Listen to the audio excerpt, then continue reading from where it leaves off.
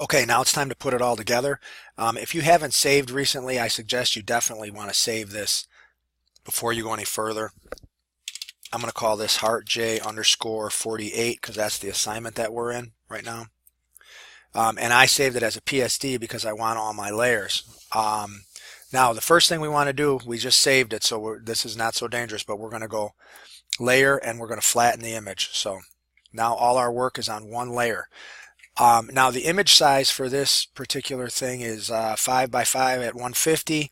We want to make a 9 by 9 grid, so I'm going to make a new document, File, New, and this one is going to be called, we'll title this one Heart J underscore 48. Now you might be saying to yourself, we might have to actually, you know what, I'll switch that to 50. We'll make this 50, Heart J 50. So your last name, first initial underscore 50.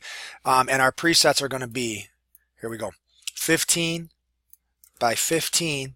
And our resolution has to be the same at 150. Let's go with a transparent background. Click OK. Now what we're going to do is we're going to build that 9 by 9, or 3 by 3 I should say, composite, 9 total. So what we're going to do is we're just going to drag our image. I went split screen up here in case you missed that. We're going to drag our image over to our new document. Okay, we could actually close this document then. It's going to ask if you want to save it. If you want to save the flattened version, I suggest you don't override your PSD. So I'm going to click no. I don't want to override my PSD. So there's my face. It should fit in this perfectly if I did everything right. I'm going to keep duplicating this and moving it over.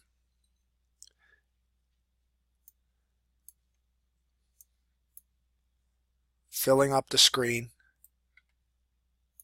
Click and drag, bring it down over and over again.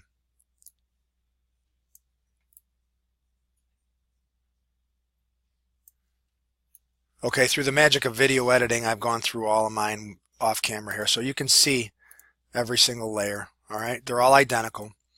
But what we're going to do now is we're going to play with the hue and saturation on each layer. I'm not going to start with my first one here because I'll just leave that as is. So we'll go here, we're going to go Image, Adjustments, Hue and Saturation, and all you have to do is slide your hue and saturation slider to change up your color. Now, you want to try to keep your colors different. You don't want the same family of colors touching. So as you move down your list, obviously you don't want two of the two similar colors next to one another. So just go layer by layer, Image, Adjustments, Hue and Saturation. Play with your hue slider up here. Make them all a little different. All right, and I'm going to stop and fast forward. Okay, as you can see, I've got each one a little bit different. Each one I just did Image, Adjustments, Hue and Saturation on, so I've gone through all 9 of them. Okay. Okay, now I'm going to go down to my bottom layer here. This is layer 1. There's nothing on layer 1. And I'm going to go up to Image, Canvas Size, and I'm going to switch. Your default is probably 15 by 15 right now. Click Relative, and I want you to type in 0.5 and 0.5. Now what I'm doing here is I'm expanding the background by a ½ an inch all the way around. So as you can see, now we have actually a transparent background, but if I were to take this and fill it with white, edit, fill, and we're going to use, I can use, white right here. Okay, that gives us a border around our picture. Okay, now what we're going to do is we're going to put a white border around each of these boxes. So I'm going to go up to this layer. It doesn't really matter which one you use. I'm going to click Effects, and I'm going to go with an inner shadow right here. Now I've got to set up this inner shadow. It's not going to be defaulted the way I want it. First thing is I want to be on normal. I want my color to be white. I want my choke slider to be all the way at 100% right there, 100%. And you could see down here how it's affecting it. My opacity also needs to be at 100%.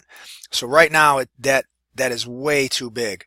What I want this pixel thing amount to be at is 5. Okay, so again, normal, white, opacity at 100, choke is at 100, and the size is at 5. Click OK.